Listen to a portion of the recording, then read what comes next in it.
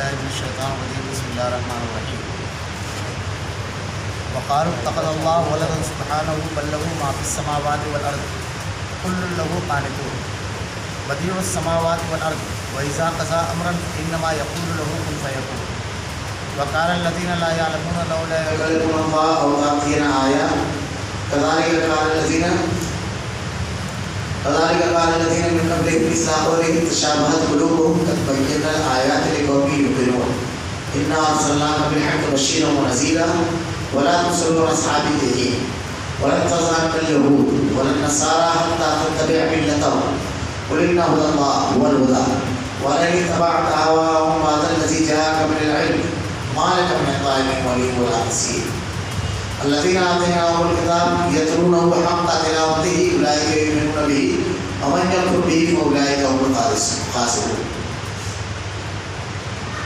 وقال یہ کہتے ہیں کہ اللہ تعالیٰ کی اولاد ہے، نہیں بلکہ وہ پاک ہے، زمین و آسمان کی تمام مخلوق اس کی ملکیت میں اور ہر ایک اس کا فرمانبردار ہے. وہ زمین اور آسمانوں کا ابتداء پیدا کرنے والا ہے. وہ جس کام کو کرنا چاہے تو کہہ دیتا ہے ہو جائے، بس وہ وہی ہو جاتا ہے. اس طرح بے علم لوگوں نے کہا کہ خود اللہ ہم سے باتیں کیوں نہیں کرتا یا ہمارے پاس کوئی نشانی کیوں نہیں آتی. اسی طرح ایسی ہی بات ان کے اگلوں نے بھی کہی تھی. ان کے اور ان کے دل یکساں ہو گئے. ہم نے تو یقین والوں کے لیے نشانیاں بیان کر دی، ہم نے آپ کو ہم کے ساتھ خوشخبری دینے والا اور ڈرانے والا بنا کر بھیجا، اور جہنمیوں کے بارے میں آپ سے پرسش نہیں ہوگی. آپ سے یہود و نصارہ ہرگز راضی نہیں ہوگی جب تک آپ ان کے مذہب کے تابع نہ بن جائیں. آپ کہہ دیجیے اللہ کی ہدایت ہی ہدایت ہے، اور اگر آپ نے باوجود اپنے پاس علم آ جانے کے پھر ان کی خواہشوں کی پیروی کی تو اللہ کے پاس آپ کا نہ تو کوئی ولی ہوگا اور نہ مددگار. اور جنہیں ہم نے کتاب دی وہ اسے پڑھنے کے حق کے ساتھ پڑھتے ہیں، وہ اس کتاب پر بھی ایمان رکھتے ہیں، اور اس کے جو اس کے ساتھ کفر کرے وہ نقصان والا ہے. وقالوا اتخذ الله ولدا سبحانه بل له ما في السماوات والارض كل له قانتون. یہ کہتے ہیں کہ اللہ تعالیٰ کی اولاد ہے، نہیں وہ پاک ہے. زمین و آسمان کی تمام مخلوق اس کی ملکیت میں ہے اور ہر ایک اس کا فرمانبردار ہے. مشرکین مکہ، یہود، نصارہ، ان لوگوں میں یہ بدعقید کی تھی الگ الگ انداز سے. یعنی مشرکین مکہ فرشتوں کے بارے میں کہتے تھے کہ اللہ رب العالمین کی لڑکیاں ہیں، نعوذ باللہ، استغفر اللہ، استغفر اللہ. یہود کہتے تھے حضرت عزیر علیہ السلام اللہ کے بیٹے، اور نصارہ کہتے تھے حضرت عیسیٰ علیہ السلام. اللہ نے قرآن میں نقل کیا کہ یہود اور نصارہ دونوں کہتے ہیں کہ عزیر اور یہ اللہ کے بیٹے ہیں. ذالک قولہم بافواہہم، یہ جو اپنی طرف سے یہ باتیں بناتے ہیں تو ان کے عقائد کو اللہ رب العالمین نے یہاں نقل کیا. اتنی بری بات ہے جو اللہ رب العالمین کے بارے میں یہ کہتے ہیں. اللہ کے بارے میں وہ بات کہنا جسے اللہ نے نہیں بیان کیا، جسے اللہ رب العالمین نے کہیں نہیں کیا. یہ لوگ آسمانی مذہب کو ماننے کا دعویٰ کرتے ہیں، مذہب کو ماننے کا دعویٰ کرتے ہیں. کسی مذہب کی کسی کتاب میں آپ کو یہ چیز نہیں ملے گی. بعد میں لوگوں نے اپنی طرف سے تبدیلی کر لی. اتنا سنگین جملہ یہ کہتے ہیں اور ان کے دل میں خوف نہیں ہوتا ہے. علامہ ابن کثیر رحمہ اللہ تفسیر میں لکھتے ہیں کہ اگر صبر کی بات ہے تو اللہ رب العالمین سے زیادہ کوئی نہیں ہے. کہ مشرکین منافقین اللہ کے بارے میں جھوٹ بات کہتے ہیں اور ایسی بات اللہ کو اڑاتی کیا ضرورت ہے. ایسی بات کہتے ہیں لیکن اس کے باوجود اللہ رب العالمین ان کو روزی بھی دیتا ہے، اولاد بھی دیتا ہے، اور تمام نعمتیں دیتا ہے. اللہ رب العالمین چاہے تو یہ اللہ تو سب چیزیں مجھ سے چھین لے، لیکن اللہ رب العالمین کا قہر، اللہ رب العالمین کا کرم ہے کہ اس پر اوپر اللہ کا قہر نہیں آنا ہے، اس کا کرم آنے گا رب العالمین کا. تو ایسی بات جو کہتے ہیں زمین و آسمان کی تمام مخلوق اس کی ملکیت ہے اور ہر ایک اس کا فرمانبردار ہے. زمین اور آسمان میں جتنی بھی مخلوقات اللہ نے پیدا کی ہے ساری مخلوق مخلوقات اللہ کی فرما برداری کرتی ہے. آپ غور کیجیے کہ اللہ رب العالمین نے جس مخلوق کے لیے جو خوراک متعین کرتی اس کے باہر نہیں جاتی.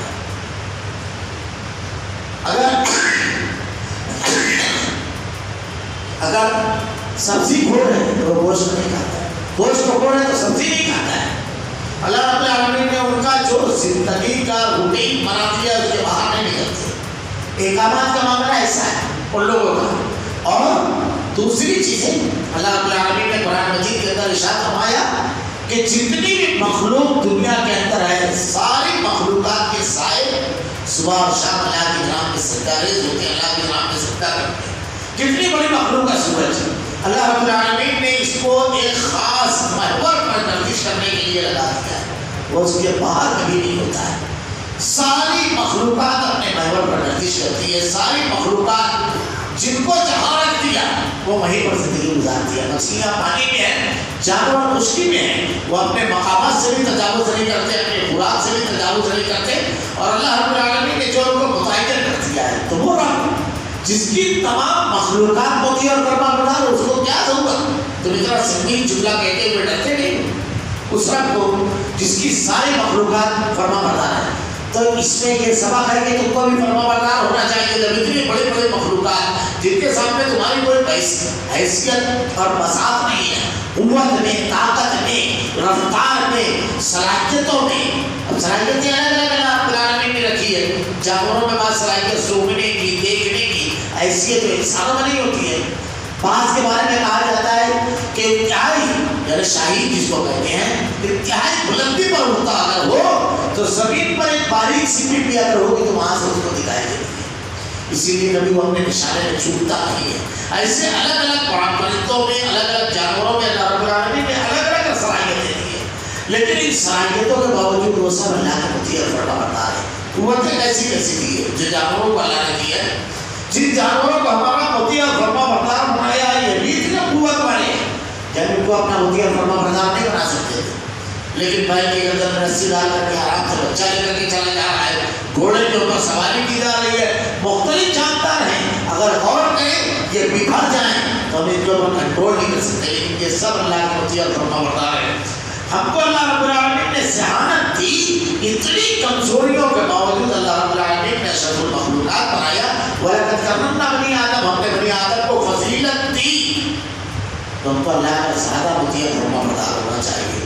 بدیع السماوات والارض وَإِذَا قَضَىٰ أَمْرًا فَإِنَّمَا يَقُولُ لَهُ كُن فَيَكُونُ, زمین اور آسمانوں کا ابتداء پیدا کرنے والا ہے رب العالمین نے زمین اور آسمان کو, اور اس کے اندر جتنی بھی مخلوقات ہیں اللہ رب العالمین نے کہا تمام مخلوقات اس کی ملکیت ہے, تو اس کا پیدا کرنے والا ہے. ہماری ضرورت کی تمام چیزیں زمین اور آسمان کے درمیان ہیں. جب وہ خالق ہے, اس نے پیدا کیا ہے, تو ہماری ضرورت کی تمام چیزیں جب فراہم کی ہے تو اس کا تقاضا یہ ہے فطری طور پر کہ ہم اس کی فرما برداری کریں, نہ کہ اس کے بارے میں ایسی کوئی بات زبان سے نکالیں جو اس کی مشیت, مرضی اور حکم کے خلاف ہو, اور نہ ایسا کام کریں جو اس کو ناراض کرنے والا ہو. اللہ رب العالمین تمام چیزوں کا خالق ہے, ہمارا خالق ہے. صحت ہم کو وہ دیتا ہے, بینائی ہم کو وہ دیتا ہے, تندرستی ہم کو وہ دیتا ہے, ساری چیزیں, ساری نعمتیں اس کی عطا کی ہوئی ہیں. ان نعمتوں کا حق یہ ہے کہ آدمی اللہ رب العالمین کی بندگی کرے. وہ جس کام کو کرنا چاہے کہہ دیتا ہے ہو جائے, بس وہی ہو جاتا ہے. اللہ رب العالمین کے لیے کچھ نہیں ہے کہ کسی چیز کا وقت لگے, کسی چیز کے لیے اللہ رب العالمین کا کوئی وہ بس وہ کہتا ہے کل بس ہو جاتا ہے. جب اللہ رب العالمین کا معاملہ ایسا ہے تو تمہارا کام جو ہے تم جب اس سے مانگو وہ صرف اوپر کہے گا تمہارا کام ہو جائے گا, لیکن تم اپنی مرضی سے اگر کچھ کرنا چاہو تو نہیں. جلدی بھی آپ تھی ابراہیم علیہ السلام کا نہ اختیار تھا, نہ اس وقت تو اتنے مسائل تھے, نہ وہ تمام چیزیں تھی کہ اس کو بجھانے میں اللہ رب العالمین نے حکم دیا اللہ یا نار کونی بردم وسلام علی ابراہیم. اللہ نے سلامتی والی بنا دیا ابراہیم علیہ السلام کے لیے درگاہ جو کھاٹے مار رہا تھا حضرت موسیٰ علیہ السلام اور پوری قوم کے لیے اس کو بہتر راستہ بنا دیا. یہ تاریخ کا مسلسل سبق ہے. آپ دیکھو حضرت نوح علیہ السلام کو ان کے اہل ایمان کے ساتھ اللہ رب العالمین نے بحفاظت کشتی میں بچا دیا. حضرت لوط علیہ السلام پوری زمین الٹ دی گئی, ان کی پوری آبادی. روایتوں میں جملے ہیں کہ جب ان کی بستی کو لے کر کے آسمان کی بلندیوں کا طرف چلے فرشتے حضرت ابراہیم، تو اتنی بلندی تک لے کر کے گئے کہ ان کے کتوں کے بھونکنے کی آوازیں فرشتوں نے سنی، اتنی بلندی تھی. اور اس کے بعد جب اس کو پلٹایا اس زمین کو تو اللہ تعالیٰ نے بیان فرمایا کہ بالکل نچلی سطح. آج پوری دنیا میں سمندر کی جو سب سے نچلی سطح ہے وہی قوم لوط کی وہ بستی ہے. اور وہ جو جگہ جس کو بحر مردار کہا جاتا ہے، یعنی وہاں پر آج پانی کا ایک ذخیرہ ہے، ڈیڈ سی جسے کہا جاتا ہے، یعنی اس میں اتنا نمک ہے اور سطح سمندر کے سب سے نچلی جگہ ہے اور اتنا نمک ہے 8% جو ہمارے سمندر میں نارمل سمندر میں نمک ہوتا ہے اس سے زیادہ ہے. اسی لیے اس پانی کے اندر کوئی جاندار زندہ نہیں رہتا اور وہ پانی اتنا کثیف ہے کہ کسی بھی چیز کو اپنے اندر نہیں لیتا. آپ تیرنا نہیں جانتے اس کو کود جائیں گے اگر آپ تو ڈوبے گی نہیں، ڈوبے گی نہیں، وہ اپنے اندر لیتا ہی نہیں ہے. کسی شے کو زندہ اس میں رہ ہی نہیں سکتی، اتنی کثافت ہے. اور اس کے بارے میں اور بھی بہت ساری چیزیں حیرت آتا ہے، نہ اس کا پانی کم ہوتا ہے نہ زیادہ ہوتا ہے. آج دنیا میں موجود ہے اسرائیل اور لبنان جو ہے اس کی سرحد سے بالکل لگا ہوا علاقہ ہے، ڈیڈ سی جسے کہا جاتا ہے بحر مردار. آج زمین کے لیے دیدہ عبرت بنا ہوا ہے. تو اللہ رب العالمین کے لیے صرف اتنا کہنا ہے کن، تم نافرمانی کر رہے ہو، تمہارے لیے صرف اتنا کہے گا بس. فرما برداری کرو گے تو حالات کو تبدیل کر دے گا. وہ سارے اختیارات قوتوں کا مالک ہے، صرف اس کو کن کہنا ہے بس، اور آگے کچھ نہیں ہے. فوراً ہو جائے گی وہ چیز. اب تم نافرمانی کر رہے ہو تو ڈرنا چاہیے، فرما برداری کر رہے ہو تو بالکل مطمئن ہونا چاہیے کہ ساری قوتوں، ساری طاقتوں، سارے اختیارات تمہاری کو رب العالمین ہے، جو چیزوں کی صلاحیت جو چاہے چھین لے گا، جب چاہے اس کو بڑھا دے گا چیزوں کی صلاحیت. اور اکثر کہتا ہوں کہ غور کیجیے، وہی ٹھانٹے مارتا دریا تھا جس میں حضرت موسیٰ علیہ السلام کی والدہ اور اللہ نے وہی کی دل میں بات ڈالی کہ ٹوکری میں ڈالا. وہی دریا تھا بہاتا ہوا فرعون کے دربار میں تک لے کر گیا. بائے عبادت نہیں ڈبایا، کیونکہ دریا اللہ کا فرما بردار ہے، ساری مخلوق اس کی فرما بردار. اور وہی دریا تھا انتہائی کمزور موسیٰ علیہ السلام، لیٹے ہوئے بیٹھنے والی عمر بھی نہیں تھی، ان کو نہیں ڈبایا. اور وہی دریا تھا فرعون پوری قوت کے ساتھ سارے لشکر کے ساتھ اس دریا میں داخل ہوا کرتا. اللہ تمام مخلوقات کا مالک ہے اور ہمارے سامنے جو مخلوقات ہے جس کو جب چاہے گا وہ ہوگی، کن فیکون، وہ چاہے گا ہو جا بس ہو جاتا ہے. وقال الذين لا يعلمون لولا يكلمنا الله لولا يكلمنا الله آتاتنا آیا. اس طرح بے علم لوگوں نے بھی کہا کہ خود اللہ تعالیٰ ہم سے باتیں نہیں کرتا. كذلك قال الذين من قبلهم مثل قولهم، ہمارے پاس کوئی نشانی کیوں نہیں آتی. اللہ رب العالمین نے مشرکین مکہ نے جو مطالبہ کیا اللہ کے نبی صلی اللہ علیہ وسلم سے اس کو نقل کیا اور ایک تاریخ ہم کو بتا دی. اور ایک اور بہت اہم چیز قرآن میں اللہ رب العالمین چھوٹی چھوٹی چیزیں جو بیان کرتا ہے اس میں بڑی حکمت بصیرت کے بڑے پہلو اور بڑے اسباب ہوتے ہیں. لوگوں نے اللہ کے نبی سے مطالبہ کیا کہ اگر اللہ رب العالمین ہے تو اللہ رب العالمین ہم سے کلام کیوں نہیں کرتا، آپ ہی سے کیوں کر رہا ہے. یہی مطالبہ حضرت موسیٰ علیہ السلام کی قوم نے کیا.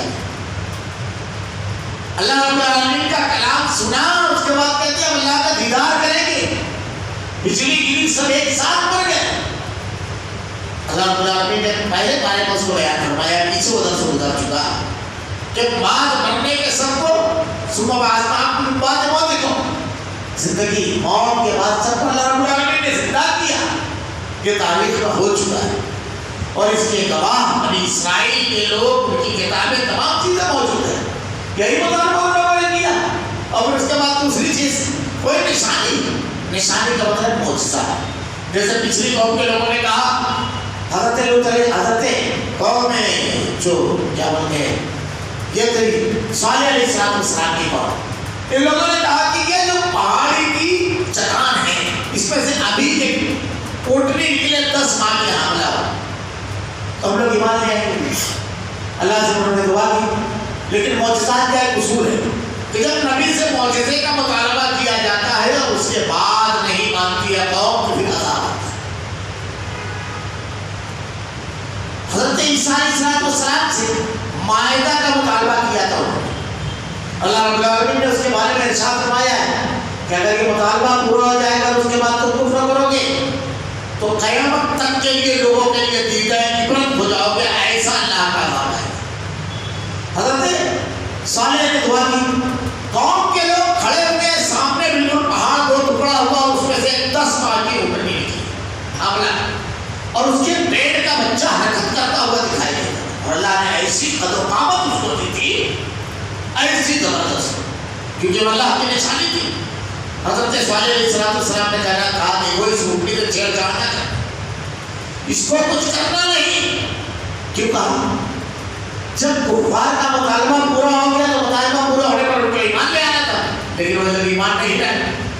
اب جب ان کو بالکل صاف معجزہ ان کے سامنے پورا ہو گیا وہ ایمان نہ لائے, ان کی طرف سے نظر اٹھا کر کے اہل ایمان دیکھے تو ان کو یہ سوال دکھتا ہوگا سامنے کہ آپ نے تو منہ سے کہا تھا, وعدہ کیا تھا ایمان لائے گا, یہ سامنے نشانی موجود ہے, کیوں نہیں آپ ایمان لائے؟ تو ہر وقت وہ نشانی ان کے غلط وعدے اور غلط دعوے کی دلیل زندہ ان کے درمیان چلتی. روایتوں میں آتا ہے کہ اللہ تعالیٰ نے اس کو ایسی صلاحیت دی تھی کہ جب وہ پانی پیتی تو پورا پانی پی جاتی تھی کنویں کا, اور جب وہ چلنے کے لیے جاتی تو پورا علاقہ چل رہی تھی, تو اتنا دودھ نکلتا تھا کہ سب کے لیے ہو جاتا. لوگوں نے آ کر حضرت صالح علیہ السلام سے کہا آپ نے ایک دن قبیلے کے لوگوں کے جانوروں کا متعین کیا اور ایک دن اونٹنے کا, لیکن اس کے بعد علماء واقعہ ہے کہ اس اونٹنی کو قتل کیا, اس کا بچہ اس کے ساتھ تھا. جب اونٹنی کو قتل کیا گیا تو اس نے اتنی زور کی چیخ ماری جیسے اپنے بچے کو مطلع کر رہی ہے, اطلاع دے رہی ہے. بچہ بھاگ کر کے لیے پھر اسی چٹان میں جا کر کے سما گیا, اور اس کے بعد قوم کے اوپر عذاب آیا.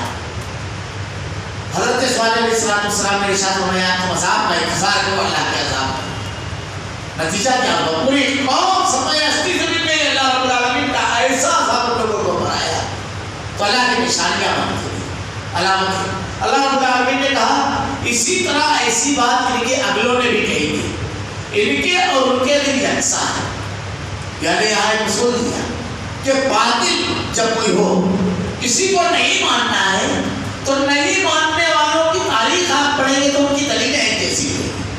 جیسے باپ دادا سے چلا رہا ہے, کیا ہمارے عقلیں جو تھے ان کو نہیں سمجھ میں آیا تو ان کی عقلیں گم تھی.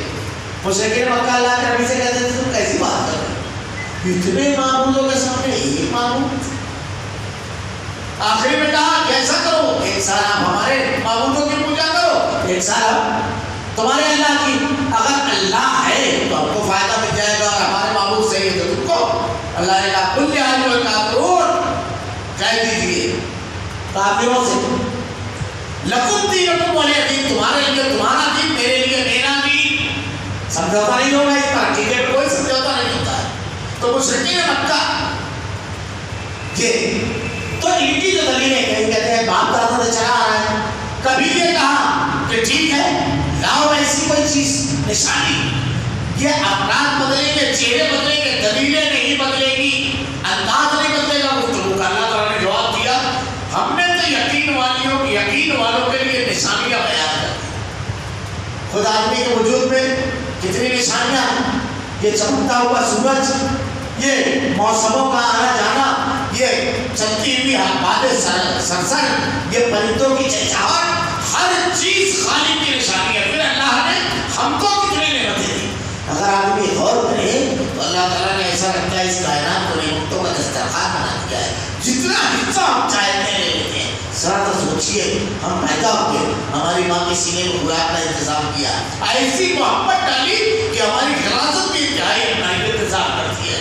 ہمارے باپ کے دل میں ایسی محبت تھی کہ ہماری بیماری, ہماری تکلیف پر مقروض ہو جائے, لوگوں کے سامنے ہاتھ پھیلانا پڑے, پرواہ نہیں, لیکن ہمارے لیے وہ سب کچھ کرتا ہے. ہمارے بھائی کیسے دیے کہ ذرا سا اگر ہمارے ساتھ کوئی معاملہ ہو تو لڑ جائیں, ہمارے لیے ٹکرا جائیں کسی سے بھی. ایسی محبت ہماری والدہ کیسی تھی کہ ہر وقت ہم کو ہمارے حق میں بولنے والی بیوی کیسی تھی کہ اگر سر میں معمولی سی تکلیف ہے تو رات بھر نہیں جانے کی. اولاد کیسی تھی کہ اگر باپ کو کچھ بول دے گئے تو بیٹے کو برداشت نہیں ہوتا ہے, سہارا بنتا ہے. یہ گھر دیا, یہ محبت کے جذبات دیے. ورنہ ہم دنیا میں دوسرے جانکارے کو دیکھو, پرندوں کے پر نکل آتے ہیں وہ نکل جاتے ہیں. ایسا نہیں ہے کہ کوئی پرندے کا کوئی جانور کو آپ کو ملے گا کہ وہ بڑھاپے کا سہارا رہتا ہے, خاندان پورا رہتا ہے اتباع کرنے والے. ہم دیکھتے ہیں جنگلی جانوروں کا شکار کرنے والے جو جانور ہوتے ہیں, شیر وغیرہ یا دوسرے, پورے جھنڈ پر حملہ کرتے ہیں اور ایک پر شکار کر کے چلے جاتے ہیں. ایک بڑے بڑے خانوادے کے کسی فرد کو ایک چھت جا کر کے کچھ کر کے دیکھے کیا ہوگا. ایسا ممکن ہے سب خاموش تماشائی رہیں گے یا اللہ کی نعمتیں نہیں ہے. سارے لوگ دفاع میں کھڑے ہو جا رہے ہیں لڑنے کے لیے, حتیٰ کہ زخمی ہو جائے کوئی پرواہ نہیں. اللہ رب العالمین نے جو دیا ہے, اللہ رب العالمین نے زبان دی ایک بھی ہے. ہم اپنا معقول ذریعہ بیان کرتے ہیں, اپنی بات سمجھاتے ہیں, اپنا مطلب حاصل کرنے کے لیے صرف اس میں الفاظ میں جو زبان ہوتی ہے جانوروں کے پاس کیسے بول پاتے ہیں. اللہ رب العالمین نے بینائی دی ہے, آپ کی نعمت جس کی بینائی چلی گئی اس سے پوچھو. یہ رنگوں کی تمیز یہ اسی بینائی کی وجہ سے. میں اکثر کہا کرتا ہوں کہ حافظان تھی پیدائشی نابینا. میں نے ان سے ایک مرتبہ سوال کیا کہ حافظ صاحب آپ کو خواب دکھائی دیتا ہے؟ ایک جملے میں جواب دیا, کہا نہیں حافظ صاحب سنائی دیتا ہے. یہ ایسی نعمت ہے کہ تصور میں بھی آدمی اس کا بدل نہیں رکھتا. خواب تو تصور کا نام ہے لیکن تصور میں بھی اس نعمت کا بدل نہیں. ذرا تصور کیجیے اللہ نے سماعت کی کتنی نشانیاں اللہ رب العالمین کی ہے, کتنی نعمتیں اللہ رب العالمین کی ہے. ہر نعمت پر تدبر کرنے کے بعد اس کے پیدا ہونے والے, اس کے پیدا کرنے والے کے سامنے آدمی جھک جائے, اس کی تعریف توسیع بیان کرے اور نئی نشانیوں کی ضرورت ہے. پھر آگے بڑھو.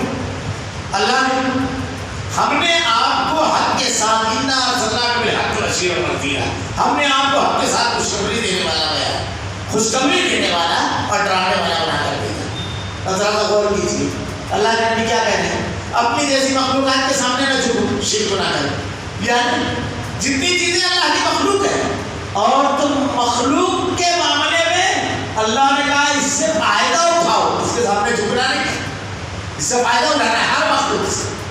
لوگ درختوں کی پوجا کرنے لگتے ہیں, پہاڑوں کی پوجا کرنے لگتے ہیں, کسی پانی کے بارے میں سنا اس کی پوجا کرنے لگتے ہیں. اللہ رب العالمین نے کہا اس مخلوق سے فائدہ ہوگا, اس کے ساتھ میں جھکنا ہے. یہ ہماری کام مخلوق ہے, خالق نہیں, اپنے مقام کو گرانا نہیں ہے. اور دنیا کی واحد چیز عقیدہ توحید ہے جو مخلوق کو بھی اس کا مقام دیتی ہے اور آدمی کا بھی مقام دیتی ہے کہ وہ اپنے جیسے مخلوق کے سامنے ستارے نہیں ہوتا ہے, جھکتا نہیں ہے بلکہ اس سے فائدہ اٹھاتا ہے. میں ایک جملہ کہا کرتا ہوں, آپ غور کیجیے مشکل کیا کرتا ہے, ترتیب رکھ دیتا ہے.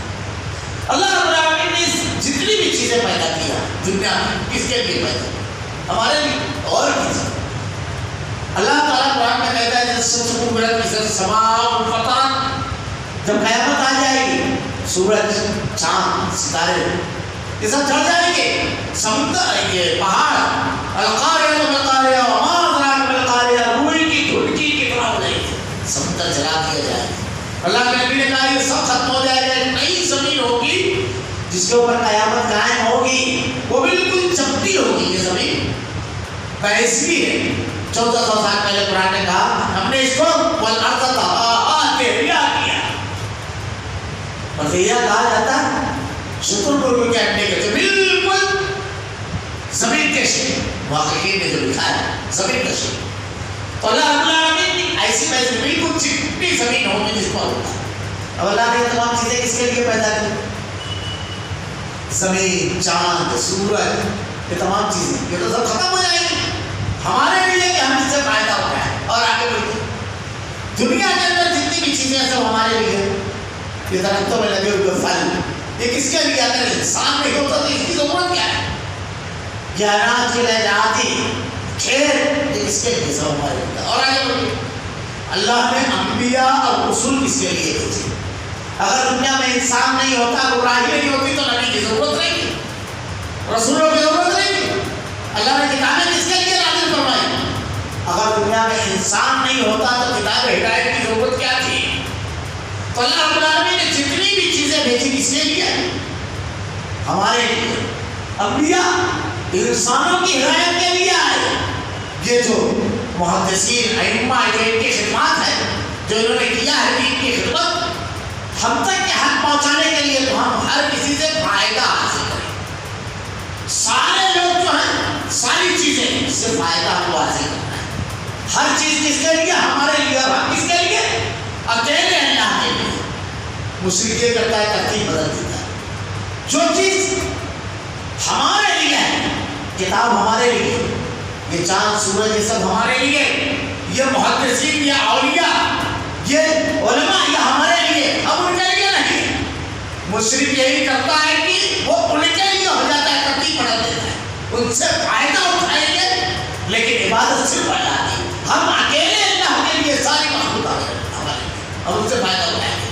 اللہ رب العالمین کہہ رہا ہے ہم نے بہت نشانیاں دی، ہم نے آپ کو حق کے ساتھ. اب اور آگے بڑھیں، حق کے ساتھ آپ نشانی مان رہے ہو.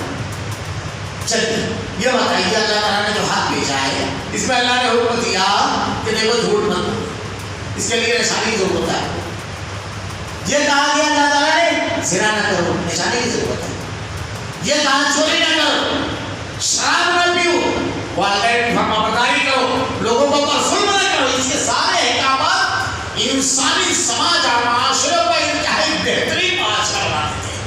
آپ کو بہترین انسان، آپ کی جان، آپ کی ذات سے، آپ کی صلاحیت سے ہر کسی کو صرف فائدہ پہنچے گا. اگر مالدار رہو گے تو غریبوں کی مدد کرنے والے، طاقتور رہو گے تو کمزوروں کا ساتھ دینے والے، زبان اگر ہوگی تو حق بات بولنے والے رہو گے، گالی گلوچ کرنے والے نہیں رہو گے، باپ رہو گے تو بیٹے کے درمیان انصاف کرنے والے، بیوی کے ساتھ ہمدردی کرنے والے، بھائیوں کا کاندھا اور بھائیوں کا بازو بن جانے والے، پڑوسی کے حقوق ادا کرنے والے. اللہ کے نبی نے کہا مومن وہ ہے جس کی عزت سے اس کا پڑوسی محفوظ ہے.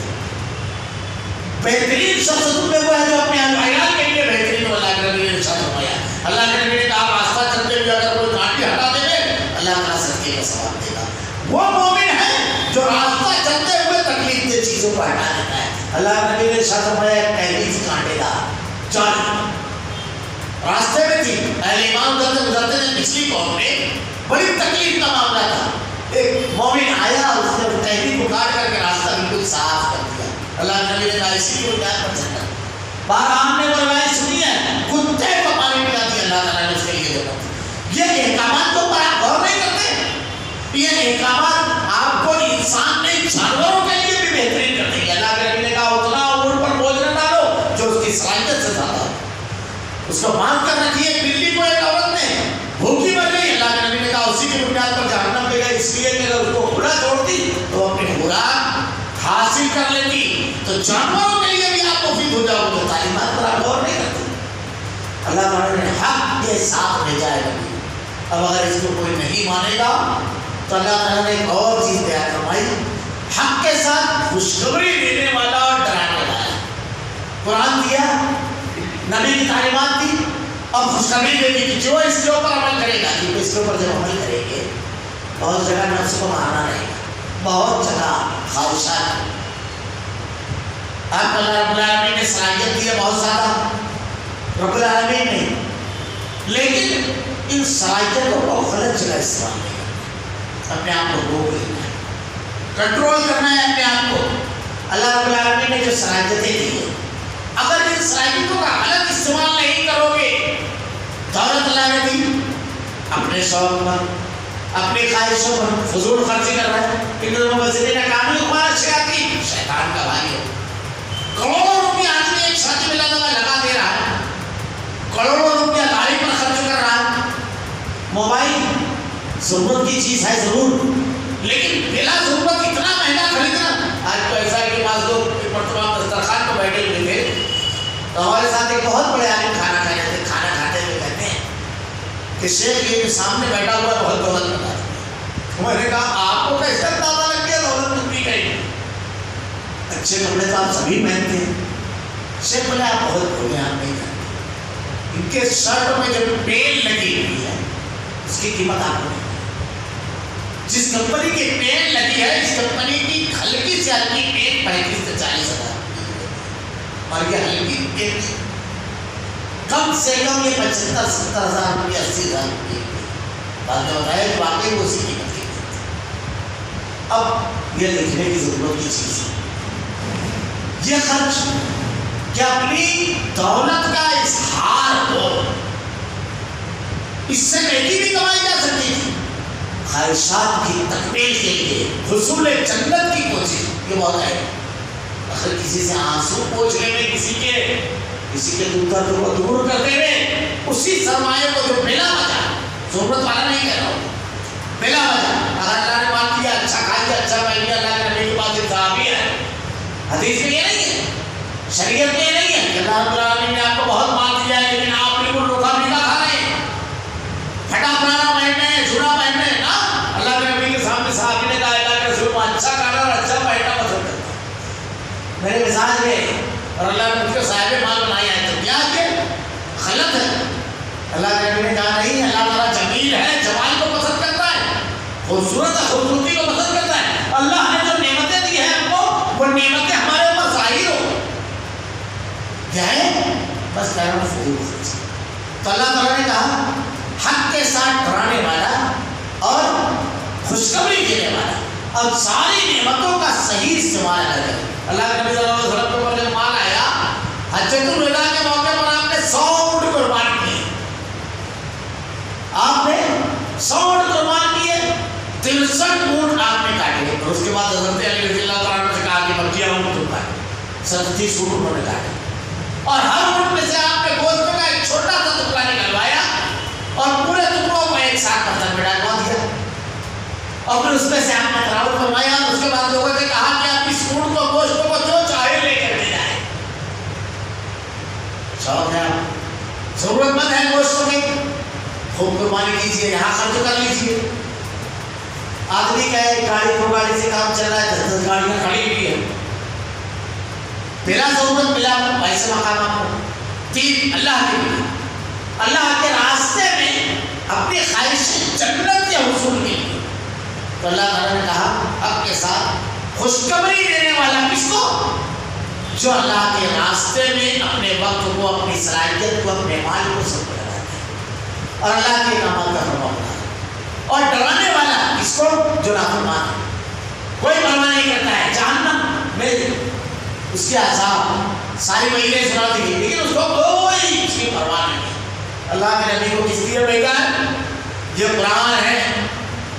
اللہ تعالیٰ نے اس کو وضاحت سے بیان کر دیا کن لوگوں کو جنت دی جائے گی اور کن لوگوں کو جہنم. امن عبداللہ بن عباس رضی اللہ عنہ کہتے ہیں آپ جنت میں جانا چاہتے ہیں اللہ نے بتایا ہے کس کو جنت. قرآن کی 3 مقام کی آیت تلاوت کیجیے اس کا ترجمہ پڑھیے دیکھیے قرآن جو ہے اس کے بارے میں اللہ نے کہا یہ فرقان چھانٹ دینے والی الگ الگ کر دینے والی کتاب.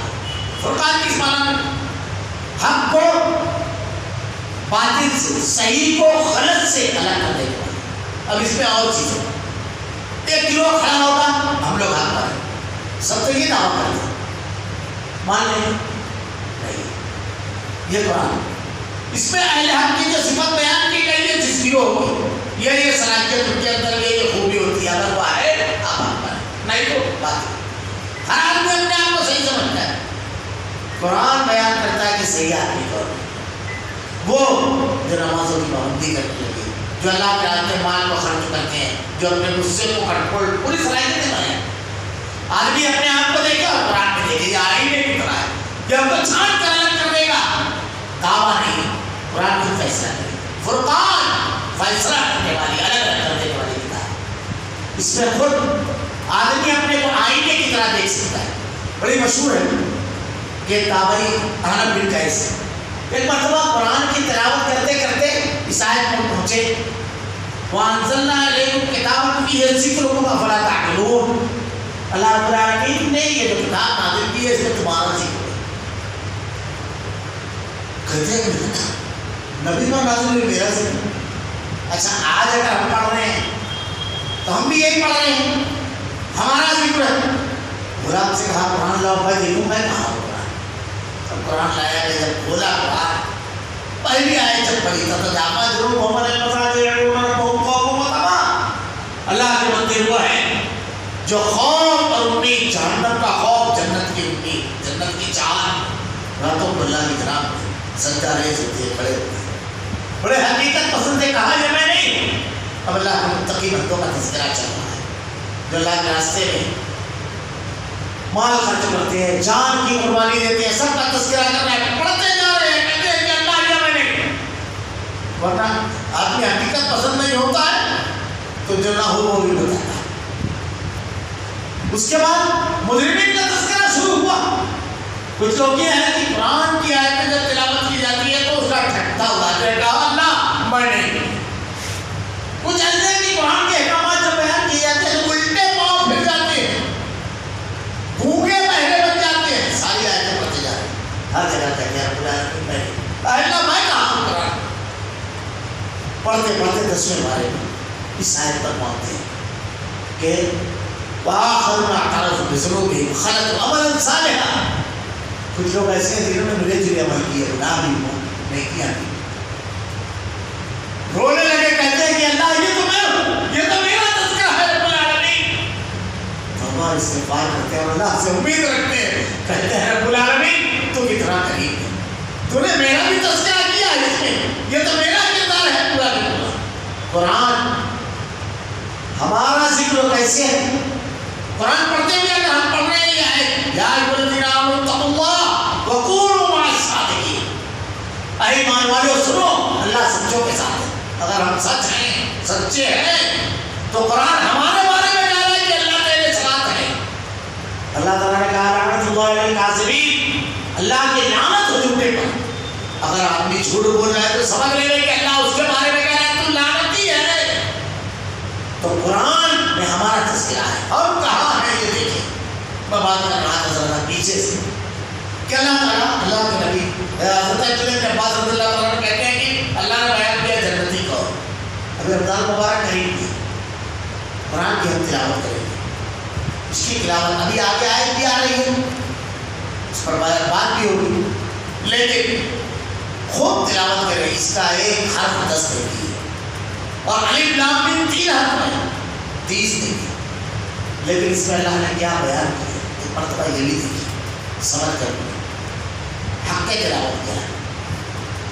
اللہ رب العالمین نے جنتیوں کا تذکرہ کیا ہے. حضرت عبداللہ بن عباس رضی اللہ عنہ کہتے ہیں 3 جگہ پہ آیت پڑھ ہے.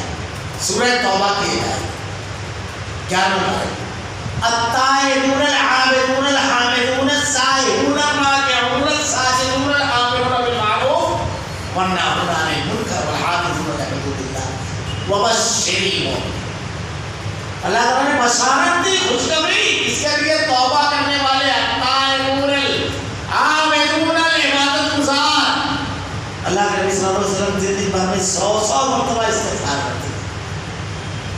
یہ جو توبہ ہے، استغفار یہ کتنی اہم چیز ہے، جانتے ہیں کتنی ہے. اس کے فوائد پر اگر بات کی جائے تو بہت لمبی بات ہوگی. اللہ تعالیٰ نے کیا کہا، قوم نوح مشرک تھے جن پر عذاب آیا، کیا کہا اللہ نے، استغفروا ربکم انہ کان غفارا یرسل السماء علیکم مدرارا ویمددکم باموال وبنین. اللہ سے توبہ استغفار بڑا معاف کرنے والا ہے. وہ تم پر آسمان سے موسلا دھار بارش برسائے گا، یرسل السماء علیکم مدرارا ویمددکم باموال وبنین، مال اور اولاد کے ذریعے تمہاری مدد کرے گا. باہر اسٹیٹ بھی بن جائے گی، اولاد بھی ہوگی، مال بھی ہوگا. کتنا فائدہ ہے استغفار کا. کبھی غور کی ذرا سا غلطی ہو استغفر اللہ سے توبہ استغفار معافی مانگ لے گا. ہم لوگ نماز پڑھتے ہیں، کیسی تعلیم ہے استغفار کی. اللہ کے نبی صلی اللہ علیہ وسلم کے اللہ تعالیٰ نے تمام غلطیاں اگلے پچھلے سارے گناہوں کو معاف کر دیا، لیکن 100 بار استغفار کیوں ضروری ہے. غور کیا کبھی ہم نے؟ ہم لوگ نماز پڑھتے ہیں، ہم لوگ یہ سمجھتے ہیں کہ گناہ غلطی ہو جاتی ہے، سمجھتا بھی نہیں ہے کہاں کہاں چوری ہو جاتی ہے، غلطیاں ہو جاتی ہیں. نماز پڑھی ہم نے، اللہ کے نبی صلی اللہ علیہ وسلم نے کیا بتایا، سلام پھیرنے کے بعد پہلا جملہ کیا بولتا ہے، اللہ اکبر، اللہ کی بڑائی بیان کی. اس کے بعد استغفر اللہ، استغفر اللہ، استغفر اللہ کی. اور کیا ہم نے نماز پڑھی ہے اور استغفار کرنے کا حکم کون دے رہا ہے؟ کائنات کا امام، اللہ کا سب سے برگزیدہ بندہ، جسے اللہ نے پوری دنیا کی ہدایت دی ہے. وہ کہنا کیوں؟ غور کیجیے، بڑی پیاری پیاری بات اسلام نے لکھی ہے۔ 4 رکعت نماز ہم نے عشاء کی پڑھی، ہم نماز کے کیسے پڑھنا ہے اللہ کے نبی نے بیان فرمایا، ایسے پڑھو جیسے تم اللہ کو دیکھ رہے ہو، اگر یہ خیال نہیں ہو تو ایسے پڑھو کہ اللہ تم کو دیکھ رہا ہے۔ دنیا کے اندر تو کبھی نماز پڑھتا رہتا آدمی اور کوئی بڑا آدمی اس کو دیکھ رہا ہے، اس کو احساس ہو گیا تو نماز بدل جاتی ہے، ہوتا ہے نا۔ اب خالق کے ارض و سما دیکھ رہا ہے تو کیسی نماز ہونا چاہیے، لیکن ہم لوگ تو مارکیٹ میں گھوم کے آ جاتے ہیں نماز میں۔ انسان ہے بھائی، یہ سب چیزیں لگی ہوئی ہے، کبھی گھر میں رہتے ہیں، کبھی دوستوں کے پاس چلے جاتے ہیں، کبھی رشتے داروں میں چلے جاتے ہیں، کبھی بیوی بچوں میں چلے جاتے ہیں، کبھی گھر میں ڈیکوریشن میں پہنچ جاتے ہیں، کبھی تانبا کاٹا میں رہتے ہیں، الگ الگ آدمی کی جیسی مصروفیت ہے ویسی جگہ چلا جاتا ہے، کچھ نہ کچھ 4 رکعت نماز ہم نے پڑھی۔ رب نے حکم دیا تھا فرض نماز عشاء، ہم نے 4 رکعت پڑھی، ساری حرکت و سکنات میں ساری تسبیحات پڑھنے کی اللہ نے توفیق دی، ساری تسبیحات، سبحان ربی الاعلیٰ، سبحان ربی العظیم، اللہم اغفر لی ورحمنی واہدنی وعافنی، سب اللہ نے سارے تو کہیں نہیں کی، لیکن وہ خوشبو وہ دل جمعی ویسی نہیں آ سکتی، کچھ نہ کچھ کمی رہتی۔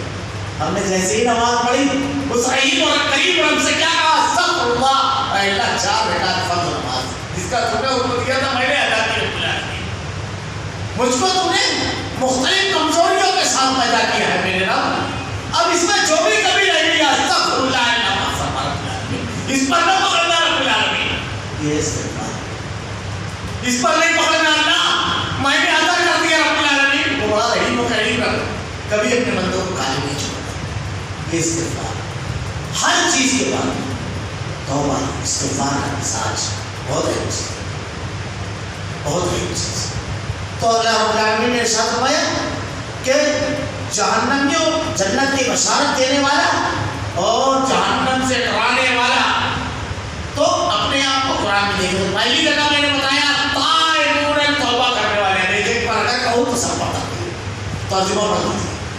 دوسری جگہ اللہ نے کہا قد افلح المؤمنون، بتا دے کون ہے کامیاب ہونے والے، کون ہے مومنون، ایمان والے، پہلی چیز ایمان، کہ اگر ایمان دل کو کرتا ہے بدل جاتا ہے، بالکل سب چیز اس کی بدل جاتی ہے، سوچنا سمجھنا کاروبار تجارت اٹھنا بیٹھنا سب بدل دیتا ہے۔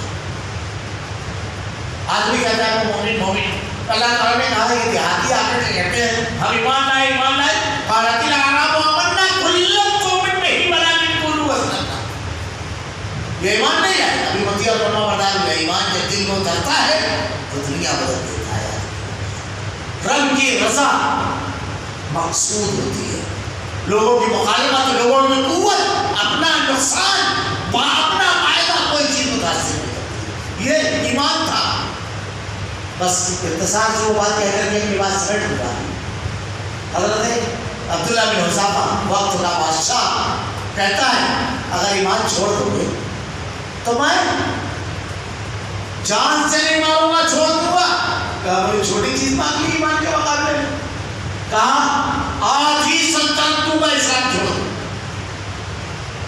کہا بڑی چھوٹی چیز، کہا میری بیٹی دیکھ رہے ہو کیسا حسن و جمال ہے، اس کو تمہارے ساتھ دیا، لالچ دی، خوف دیا، ڈرایا، سب کیا، لیکن ایمان تھا، متزلزل نہیں ہوا۔ اس کے بعد کہا ایسی اذیت ناک موت ماروں گا کہ لوگوں کے لیے عبرت بن جاؤ، تو خود موت مارو۔ ان کے ایک ساتھی کو تیل منگایا، تانبے کی آگ جلوا کر کے بالکل لال کیا اور ایک ساتھی کو اس میں ڈال دیا۔ تصور کیجیے تانبے کی لال تیل آگ میں ڈالا جائے گا تو کیسے لگے گا، ذرا دیر میں پورا معاملہ ہے۔ تو رونے لگے حضرت عبداللہ بن حذافہ رضی اللہ تعالیٰ، بادشاہ نے سمجھا خوف زدہ ہو گئے، بلایا، کہا ارادہ کو تبدیل کیا، کیونکہ آنکھ کے آنسو بتا رہے ہیں کہ اب رویے میں تبدیلی آ گئی کچھ، کہا تم کو غلط فہمی ہے، میں اپنے ساتھی کی اذیت ناک موت پر نہیں ہو جاؤں،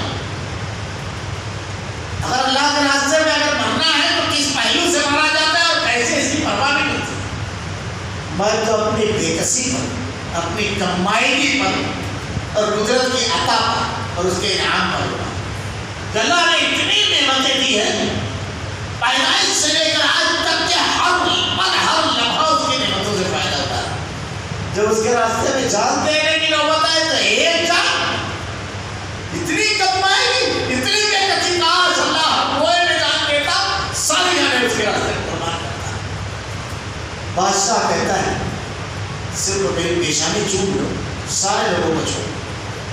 عبداللہ بن حذافہ نے سوچا اس میں تو کوئی کباہت نہیں ہے، اتنے لوگوں کو جان بچ جائے۔ سر جھکایا اس نے، بادشاہ نے اپنے پیشانی چوم لی۔ حضرت عمر رضی اللہ تعالیٰ عنہ آ کر کے جب یہ واقعہ بتایا تو آپ نے کہا مجلس میں بیٹھا ہم سب کو عبداللہ بن حذافہ کی پیشانی چوم، یہ ایمان ہے۔ کامیابی کہا قد افلح المؤمنون، جب تم ایمان لاؤ۔ آگے تم پورا پڑھتے جائیے، نماز کو خشوع و خضوع سے پڑھنے والے، وقت کو والذین هم للغو معرضون، وقت کو لغو چیزوں میں ضائع نہیں کرنے والے، اللہ کے راستے میں مال خرچ کرنے والے، وعدہ خلافی نہیں کرنے والے، شرمگاہوں کی حفاظت کرنے والے۔ اگلا جملہ کیا ہے؟ اولئک هم الوارثون الذین یرثون الفردوس هم فیہا خالدون، یہی ہے جن کے جو وارث ہیں، کس کے؟ جنت الفردوس کے۔ اللہ تعالیٰ صلاحیت تو بتا دی۔ اب ہمارے سامنے آؤٹ ہے پیپر، ایسے بن جاؤ اللہ اپنے وعدے کا سچا ہے، ہرگز اللہ تعالیٰ اپنے وعدے کے خلاف نہیں کرے گا۔ تو اپنے نبی کو اس لیے بھیجا خوشخبری، ایسا کردار ادا کرو تمہارے لیے خوشخبری ہے، اور اگر نافرمانی کرو تو تمہارے لیے ہولناک عذاب ہے۔ یہاں سے تھوڑا سا مضمون بھی بدلا ہوا ہے، انشاءاللہ وہ چیز آئندہ ہفتہ بیان کروں گا، بڑی زبردست بڑی سے۔ یہود اور نصارہ ہرگز راضی نہیں ہوں گے جب تک آپ ان کے مذہب کے تابع نہ ہو جائیں۔ فطرت اللہ تعالیٰ نے فرقوں کے اور مزاج بتایا ہے، اور مومن کو کیا کرنا چاہیے یہ بتایا ہے، اور کس چیز کو ماننا چاہیے، اور پھر اس کے بعد قرآن کو ماننا۔ اللہ نے اگر توفیق دی تو انشاءاللہ آئندہ ہفتہ اس کی تفصیلات بیان کریں گے۔ اللہ رب العالمین سے دعا ہے رب العالمین اے اللہ تیری نشانیوں کو دیکھ کر دے ایمان بڑھانے کی توفیق۔ الہ العالمین رب العالمین تیری عظمت تیری بڑائی کو دل میں راسخ کر دے رب العالمین۔ الہ العالمین جنت میں لے جانے والے اعمال کرنے کی توفیق دے، جنت سے نیکیوں سے محبت دے رب العالمین، جہنم میں لے جانے والے اعمال سے ہماری حفاظت فرما۔ الہ العالمین جہنم میں لے جانے والے اعمال سے دل میں نفرت پیدا فرما، ہمارا خاتمہ ایمان پر فرما۔ ربنا لا تزغ قلوبنا بعد إذ هديتنا وهب لنا من لدنك رحمة إنك أنت الوهاب۔ سبحانك اللهم وبحمدك أشهد أن لا إله إلا أنت أستغفرك۔